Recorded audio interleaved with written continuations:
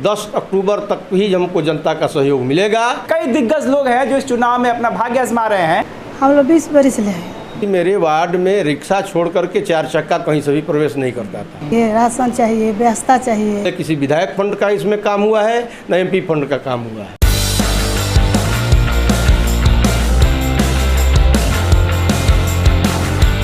बक्सर जिला में देखें तो 16 प्रत्याशियों ने नामांकन दाखिला किया है। कुछ ऐसे प्रत्याशी हैं जिन्होंने अपने घर से 2-2 कैंडिडेट खड़ा किया है। फाइनल स्क्रूटनी के बाद इसमें संख्या कम हो सकती है, लेकिन ये माना जा सकता है कि दर्जन भर के आसपास प्रत्याशी मैदान में होंगे। कई दिग्गज लोग हैं जो इस चुनाव में अपना भाग्य आजमा रहे हैं और वैसे भी लोग हैं जो पहले से वार्ड पार्षद रहे हैं और पहले से चेयरमैन की कुर्सी की लड़ाई में टक्कर देते रहे हैं। फिलहाल हम गीता देवी के घर पे हैं। गीता देवी का कहना है कि अगर हमको मौका मिलता है और जनता अगर हमको चुनती है तो हम तो तमाम काम करेंगे जो बक्सर की जनता की ज़रूरत है। बक्सर में हमारा विकास करना है। बक्सर में बहुत जल जमा है, यही समस्या है हम लोग के बहुत, इसीलिए हम लोग जनता उतारे हैं दल में, हम खड़ी हैं उस लोग के सपोर्ट में। मेरा नज़र में जौन जौन दिखाई देगा हम सब करेंगे, सबको जनता के सबको खुश रखेंगे। जब जनता हम लोग के चुन के आएंगे तो हम सबको खुश करेंगे। ये राशन चाहिए, व्यवस्था चाहिए, सब हम लोग करेंगे, देंगे। हम लोग 20 बरस ले हैं। पहले मेरे हस्बैंड 10 साल से है, वो जब जीते थे सब वार्ड में अपना सब सड़क उंडक बनाया, सब काम दिए। उसके बाद मेरे सास आई थी, वो भी किया। उसके बाद हम आए, चेयरमैन के चुनाव फिर लड़ी थी हम। अच्छा, 1 वोट से हार गए। 1 वोट से हारी थी। अच्छा, तो अब तो उम्मीद होगा कि इस बार निकल जाएगा, क्योंकि 1 वोट का पूरा मामला उम्मीद है मेरा। सब लोग भाई साथ में है तो उम्मीद है ना, है बहुत उम्मीद है। जनता साथ निकल दे रही जाएंगे। है, जनता हाँ, साथ दे रही है। जनता बहुत साथ दे रहा है।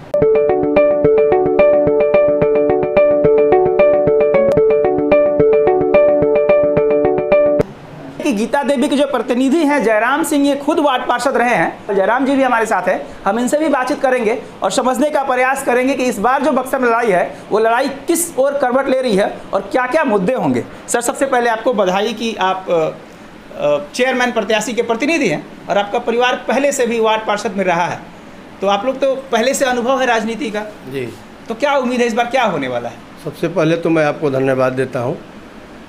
और इस बार का जो चुनाव है वो पहले वार्ड कमिश्नर जो जीत करके आते थे उनके माध्यम से जो है कि नहीं वोटिंग होता था, और उस वोटिंग के दरमियान जो बहुमत में आता था वो चेयरमैन बनता था।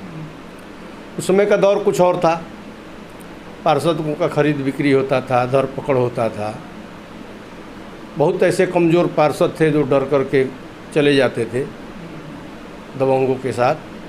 लेकिन इस बार का जो हालात है, आम जनता के द्वारा जो सरकार ने इस बार जो जनादेश दिया है कि आम जनता के द्वारा चुनाव किया जाएगा, तो इसमें उस तरह की कोई बातें नहीं हैं। और रह गया सवाल कि जनता के बीच में हम लोग भी हैं। 16 प्रत्याशी इसमें है मुख्य पार्षद में, और 16 प्रत्याशी में सबसे हम लोग भारी हैं कहीं भी। और पूरा उम्मीद है कि हम लोग अंततः गत्वा तक चुनाव को जीतेंगे, हर हालत में चुनाव जीतेंगे। जनता इस बार देख रही है, वोट उसी टाइप के लोगों को देना है जो आदमी समाज में काम कर सके, समाज में रह सके, समाज में किसी प्रकार का भ्रम न फैल सके, समाज में वातावरण खराब न हो सके, शहर को सुरक्षित रखा जा सके, वैसे ही लोगों को जो है कि नहीं जनता चुन करके भेजेगी।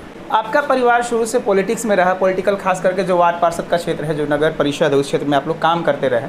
20 सालों से आपका परिवार जुड़ा रहा, तो जनता यह भी सवाल करेगी कि आप जब थे उस समय तो आपने क्या क्या काम किया, कुछ बताएंगे? जी, जिस समय में 2002 में चुनाव जीता, 2002 में चुनाव जीतने के बाद हमारे वार्ड की स्थिति ये थी कि मेरे वार्ड में रिक्शा छोड़ करके 4 चक्का कहीं से भी प्रवेश नहीं करता था।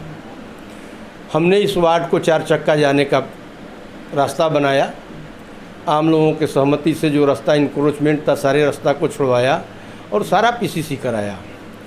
21 नंबर वार्ड पहले था, इसके बाद 28 नंबर बना। इस वार्ड में जो भी कार्य हुआ वो सारे हम लोगों के माध्यम से हुआ, न कि उसके पहले किसी विधायक फंड का इसमें काम हुआ है न MP फंड का काम हुआ है। जो भी इस वार्ड नंबर 28 में काम हुआ, वर्तमान पुराना वार्ड नंबर 28 जो था उसमें हमने काम किया। हमारे हटने के बाद मेरी माताश्री ने चुनाव जीता, उन्होंने काम किया। और विगत जो इस बार जो चुनाव हुआ 2017 में, तो 17 में जो चुनाव हुआ और पक्ष विपक्ष की जो लड़ाई हुई, उस लड़ाई में हम लोग मुख्य पार्षद के दावेदार थे। उस दावेदार में हम लोगों ने एक वोट से चुनाव को हम हार गए और चुनाव माया देवी जो वर्तमान चेयरमैन थी उन्होंने चुनाव जीता।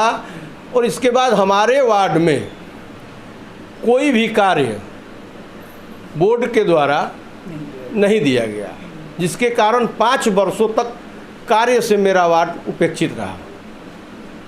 5 वर्षों तक हम लोगों ने वार्ड में कोई काम कराने का काम नहीं किया, क्योंकि सत्ता जो है दूसरे के हाथों में सत्ता चली गई दूसरे के हाथों और में आप सीधे मुख्य लड़ाई में थे। एक सवाल और बनता है कि पहले जो चुनाव होते थे उस समय मसल पावर का इस्तेमाल होता था, प्रत्याशी को अपने पक्ष में करने के लिए कई हथकंडे अपनाए जाते थे। अब तो डायरेक्ट जनता वोट कर रही है, जनता इस बार फैसला करेगी कि कौन चेयरमैन बनेगा। तो आपको जनता से कितना उम्मीद है, क्या लगता है कि जनता मौका देगी आपको? बिल्कुल, जनता से हमको पूरा उम्मीद है और जनता हमारे साथ भी है और जनता का भरपूर सहयोग मिल भी रहा है। और चुनाव 10 अक्टूबर तक ही हमको जनता का सहयोग मिलेगा और आने वाले भविष्य में जितने भी लड़ने वाले लोग हैं उनको पता चल जाएगा कि सामाजिक कार्य करने वाला व्यक्ति, समाज में रहने वाला व्यक्ति को ही जनता चुनेगी। और हर हालत में हमको विश्वास है कि इस बार जनता हम लोगों को चुनेगी और हम लोग मुख्य पार्षद का कुर्सी पर बैठेंगे और जनता का भरोसा टूटने नहीं देंगे। भ्रष्टाचार नगर परिषद में जितना भी हुआ है आज तक, सारे भ्रष्टाचारों को उजागर करेंगे, किसी को बकसने वाले हम लोग नहीं हैं। एक आखिरी सवाल हम करेंगे कि ठीक है, आपको इतना उम्मीद है और जनता चुन भी रही है, आपको जैसा लग रहा है आप प्रत्याशी हैं, आपकी पत्नी प्रत्याशी है। सवाल ये है कि आपको अगर मौका मिल जाता है और आप जनता आपको चुनती है तो आपके दिमाग में क्या एजेंडे हैं, आप क्या क्या बक्सर के लिए करने वाले हैं, क्या मुद्दे होंगे आपके साथ? देखिए, बक्सर पौराणिक स्थल रहा है, धार्मिक स्थल रहा है और जिस सिस्टम से बक्सर को होना चाहिए था, बनना चाहिए था, उस सिस्टम से बक्सर नहीं बना। बक्सर में जो भी आए कार्य किए लेकिन उसका दुरुपयोग हुआ, सदुपयोग नहीं हुआ। प्रमाण के तौर पर हर समय रामरेखा घाट बक्सर का जो है चर्चित घाट है, हमेशा वहाँ मेला लगा रहता है। वहाँ पर न महिलाओं के शौचालय की व्यवस्था है, न महिलाओं को स्नान करने के बाद वस्त्र बदलने की व्यवस्था है और गलत जगह से पैसा, जो आप देख सकते हैं नाथ बाबा के मंदिर के आगे नहर जो बना है, जो किसी कार्य में वो नहीं आता है, वहाँ आप जा कर के देखिए नहर के नीचे सीढ़ी बना है जो टूटा पड़ा है, वहाँ कोई यूज नहीं करता है, वहाँ पब्लिक नहीं जाती है, किसी काम का नहीं है। अगर उस पैसा का यूटिलाइजेशन रामरेखा घाट पर किया हुआ होता या अन्य किसी घाट पर किया गया होता तो महिलाओं के लिए 10 शौचालय आराम से बन जाता, महिलाओं का कपड़ा बदलने के लिए व्यवस्था हो जाता और सुंदरीकरण भी हो जाता। हम लोग बक्सर का सुंदरीकरण करेंगे, बक्सर को बहुत सुंदर बनाने का प्रयास करेंगे। हम लोग बक्सर के रहने वाले हैं, बक्सर के लाल हैं, हम लोग पुस्तानी बक्सर से हम लोगों का जीवन बसर है और बक्सर से उम्मीद है, बक्सर में कुछ करने की लालसा है, जिसके चलते हम लोग चुनाव लड़ रहे हैं कि आने वाले भविष्य में जनता हमको अगर पहुंचाती है तो मैं बक्सर को सुंदर से सुंदर बनाने का कार्य करूंगा और जनता के खर्रा उपेक्षा पर एकदम खर्रा उतरूंगा। तो ये हैं गीता देवी के प्रतिनिधि एवं उनके पति भी हैं जयराम सिंह, जिनका वादा है और जिनका दावा है इस बार जनता हमारे साथ है और अगर जनता मौका देती है तो बक्सर का कायाकल्प बदल देंगे, बक्सर में तमाम काम करेंगे जो पिछली सरकारों द्वारा नहीं किया गया है। एक और इनका एलिगेशन है कि बक्सर के नगर परिषद में करप्शन हुआ है, बड़े लेवल पे हुआ है और अगर हमको मौका मिलता है तो सबका पर्दाफाश करेंगे। बक्सर चूँकि ऐतिहासिक जगह है, बक्सर चूँकि धार्मिक जगह है, इन तमाम मसलों को लेकर हम बक्सर में काम करेंगे। जो बक्सर के मुद्दे होंगे, जो बक्सर के जनता के मुद्दे होंगे, उस पर हम खरे उतरने का प्रयास करेंगे। मैं विमल कुमार, बक्सर से।